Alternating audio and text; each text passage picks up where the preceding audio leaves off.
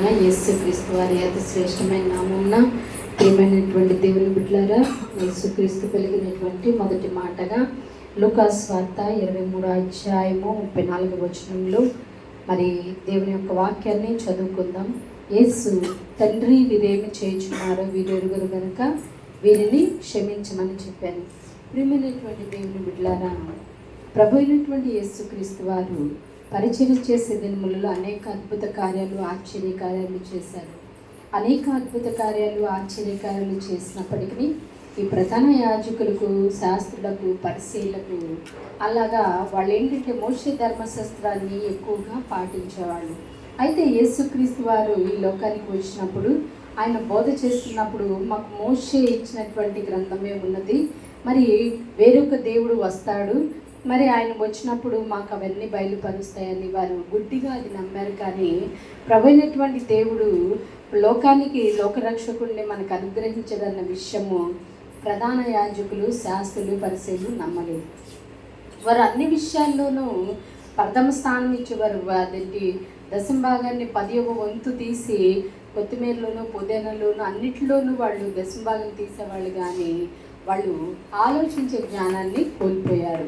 అయితే ప్రభు అయినటువంటి దేవుని యొక్క మరి అన్ని విషయాలు వాళ్ళు చూస్తున్నారు, వింటున్నారు, పరిశీలన చేస్తున్నారు, కానీ వాళ్ళు ఏం చేస్తున్నారు అని అంటే ఆయన్ని మరి గుర్తించలేనటువంటి పరిస్థితుల్లో ఉన్నారు.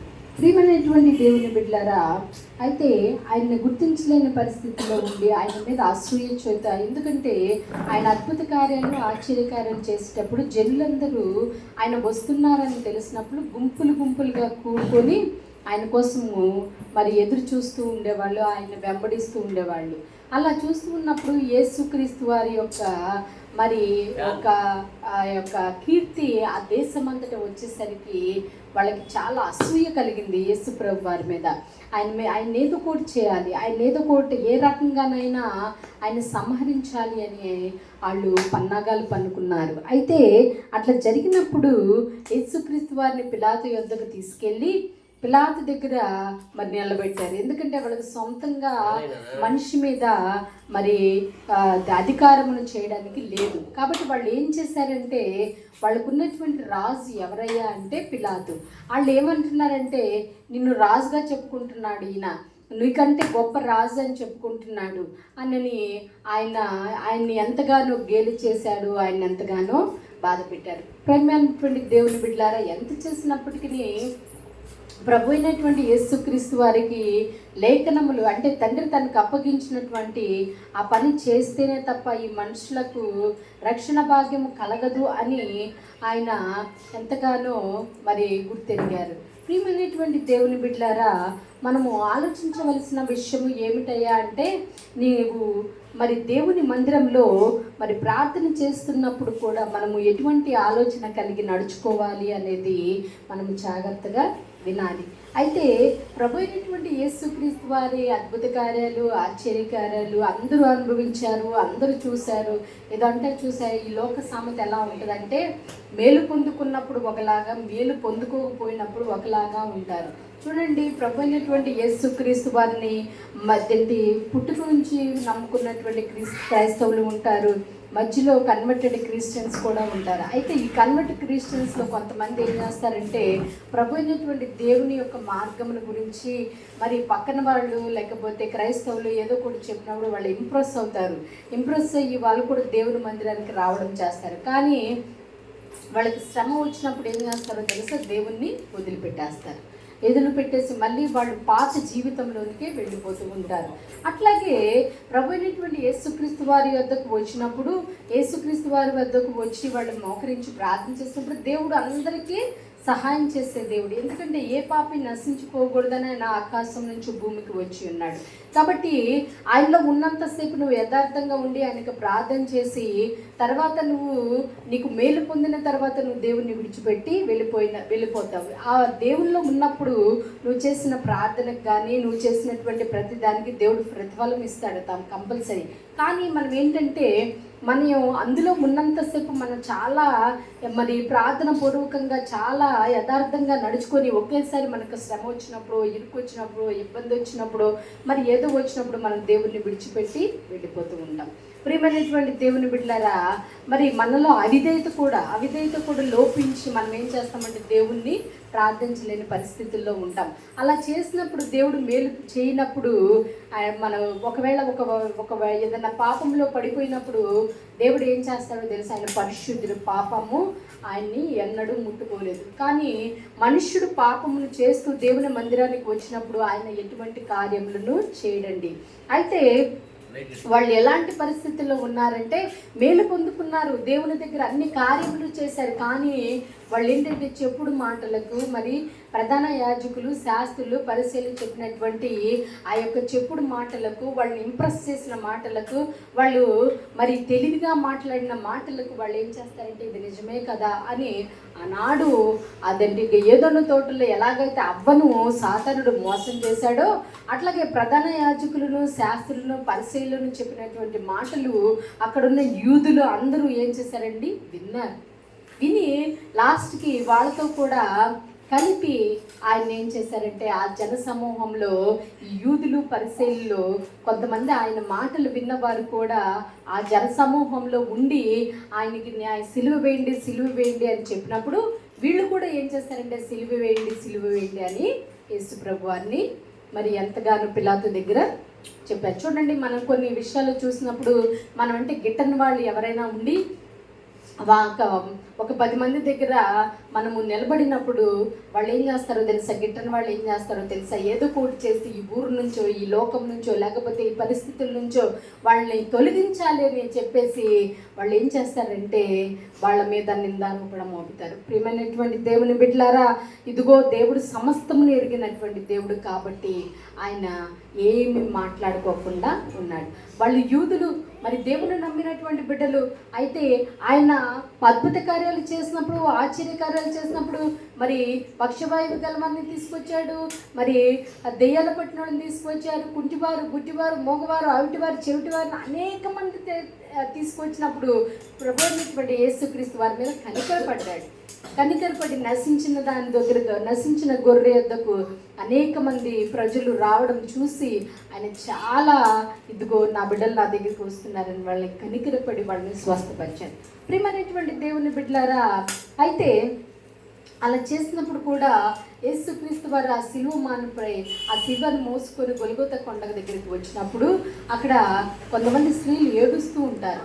ఏమన్నా తెలుసా అసలు ఎందుకు ఏడుస్తున్నారు అని అంటే, ఆయన ఏ తప్పు చేయలేదు, ఆయన్ని సిలువ వేస్తున్నారని వాళ్ళు ఏడుస్తూ ఉంటారు. అయితే ఇంతకుముందు ఏం జరిగిందంటే పిలాతు దగ్గర ఆయన తీర్పు దగ్గర నుంచినప్పుడు పిలాతు ఆయన ఏమీ మాట్లాడు, ఆయన మీద ఎన్నో నేరారోపణలు ప్రధాన యాజకులు, శాస్త్రులు వేసిన ఆయన ఏం మాట్లాడుకోకుండా అలా నిలబడతారు. ఈ రోజుల్లో ప్రియమైనటువంటి దేవుని బిడ్డలారా, మత్తయి సువార్తలో మనం చదువుకున్నట్లయితే ఒక చెంప కొట్టిన వారికి ఇంకో చెంప చూపించేది దేవుడు చెప్తాడు.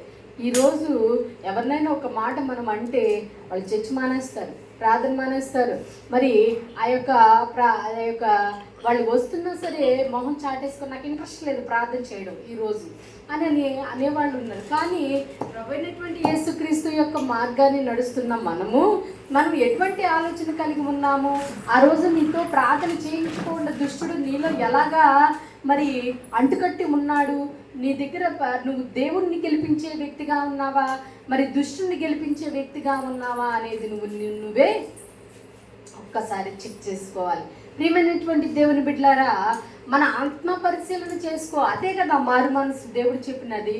నీ మనసు ఎలా ఉంది, నీ నడక ఎలా ఉంది, నీ మాట తీరు ఎలా ఉంది, నీ బిహేవియర్ ఎలా ఉంది, ఇదే దేవుడు నేను అడుగుతున్నాడే. కానీ నీ ఆస్తో, నీ అంతస్తో, నీ అందమో, నీ ఐశ్వర్యాన్నో, లేకపోతే నువ్వు కట్టిన బిల్డింగ్లో ఆయనకు అవసరం లేదండి. ఆయనే పెద్ద ధనవంతుడు ఆయన. కాబట్టి మనం ఏం చేస్తాం తెలుసా, ఈ రోజులో కొంచెం అందం ఉన్నా, కొంచెం బిల్డింగ్ ఉన్నా, కొంచెము మరి ఆస్తిపాస్తులు ఉన్నా, నా అంతటోడు లేడని ఆడవాళ్ళు అయితే చెంగులు కట్టుకుంటూ నడుస్తారు, మగవాళ్ళు అయితే కాళ్ళ ఎగరేసుకుంటూ నడుస్తారు. కానీ ఒక్క క్షణం అలా నడిచేటప్పుడు ఎదురు దెబ్బ తగిలితే నీ మొహం ఎక్కడ ఉంటుంది? రోడ్డు మీద ఉంటుంది. అవునా కాదా? ప్రియమైనటువంటి దేవుని బిడ్డలారా, ఇది ఎందుకు చెప్తున్నానంటే ప్రభువైనటువంటి యేసుక్రీస్తు వారు ఎంత గొప్ప దేవుడో, ఆయన ఎంతో అద్భుత కార్యాలు, ఆశ్చర్యకార్యాలు చేసే దేవుని నువ్వు నమ్ముకొని ఆయన్ని 10 మందిలో నువ్వు నడిచే నడతను వల్ల ఆయన ఫస్ట్ జనాలు ఏమంటారో తెలుసా? ప్రియమైనటువంటి దేవుని వీళ్ళు ప్రార్థన చేసుకునేవాళ్ళరా, వీళ్ళు ఏంట్రా ఇలా ఉన్నారు అని మాట్లాడతారు.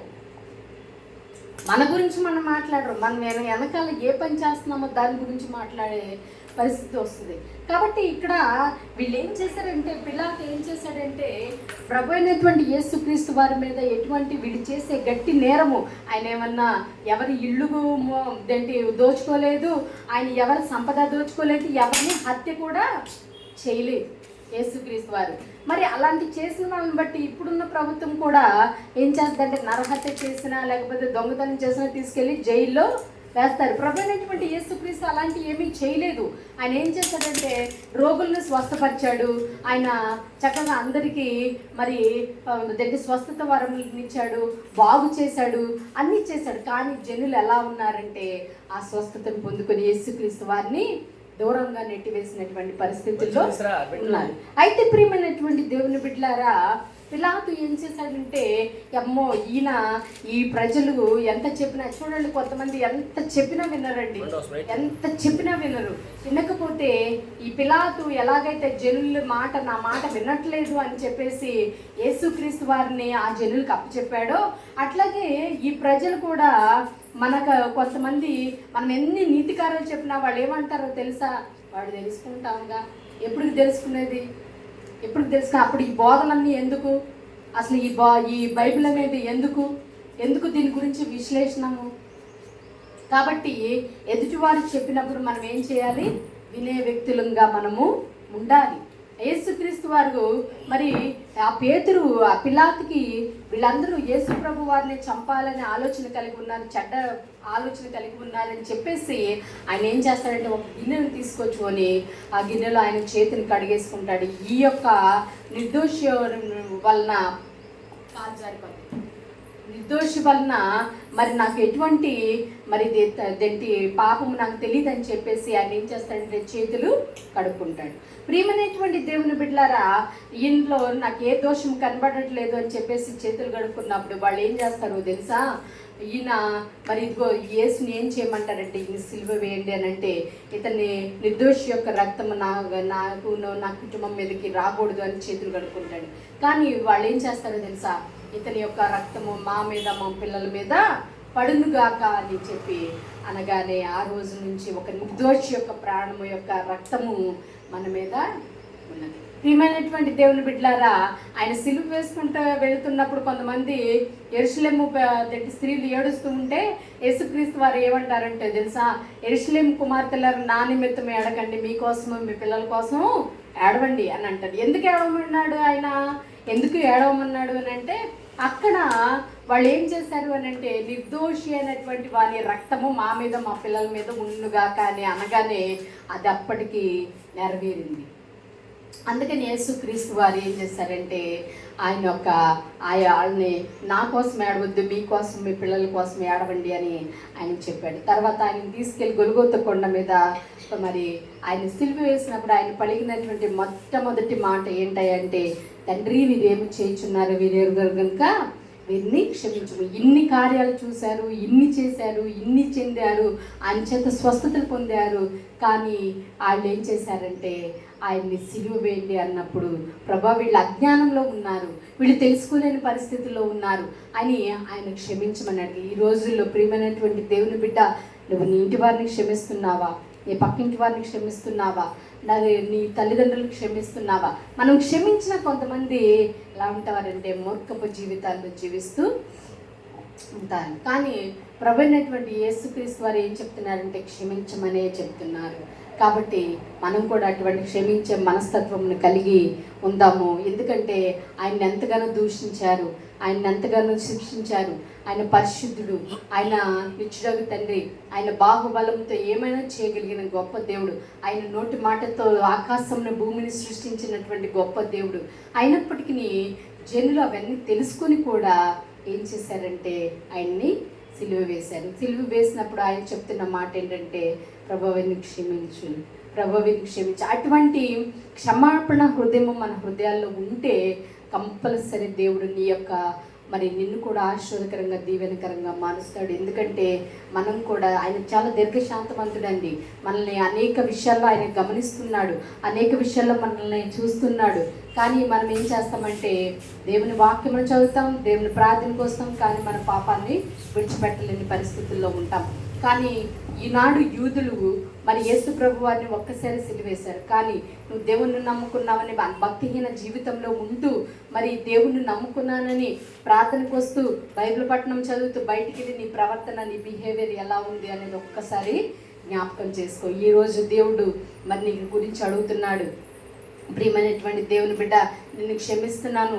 అట్లాగే నువ్వు నీ ఇంటి వారిని, నీ శత్రువుల్ని, నీ బంధుమిత్రుల్ని ఎవరి మీద అయితే నువ్వు కోపం కలిగి ఉన్నారో వాళ్ళందరినీ క్షమించే మనస్సు నువ్వు కూడా కలిగి ఉండు. ఎందుకంటే నన్ను తెలుసుకొని నా దారిలోకి వచ్చావు కాబట్టి అని దేవుడు మాట్లాడుతున్నారు. కాబట్టి నీకు నిజంగా ఈ వాక్యం ద్వారా ఒకవేళ నువ్వు ప్రేరేపించబడితే, ఎవరితోనైనా నీకు శత్రుత్వం ఉంటే ఈ క్షణమే వారిని క్షమించి, ప్రభువైనటువంటి దేవుడు అంత బాధలో ఉండి కూడా ఎలాగైతే క్షమించాడో, ఆయన చేసిన అద్భుత కార్యాలు, ఆశ్చర్యకార్యాలు అన్నీ చూశారు. ఆయన సిలువేశారు, ఆయన క్షమించారు. అటువంటి గుణం నీకు కూడా ఉంటే ఈ లోకంలో దేవుడు నిన్ను ఆశీర్వదిస్తాడు. ఇట్టి వాక్యము దేవుడు దీవించును గాక. ఆమేన్.